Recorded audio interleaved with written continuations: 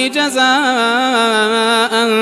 بما كانوا يعملون لا يسمعون فيها لغوا ولا تأثيما إلا قيلا سلاما سلاما وأصحاب اليمين ما أصحاب اليمين في سدر مخضود وطلح منضود وظل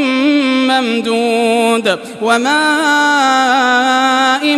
مسكوب وفاكهة كثيرة لا مقطوعة ولا ممنوعة وفرش مرفوعة